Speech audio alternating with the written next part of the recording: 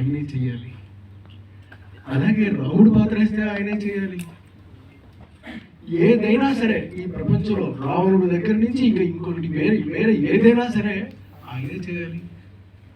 అలాంటి మహానుభావుడు ఇవాళ మనకి ఆయన పుట్టిన రోజున 28వ తారీఖు నాడు మనం ఈ సినిమాని అందించగలుగుతున్నాము అని అంటే నిజంగా చాలా గొప్ప విషయం అనే చెప్పచ్చు.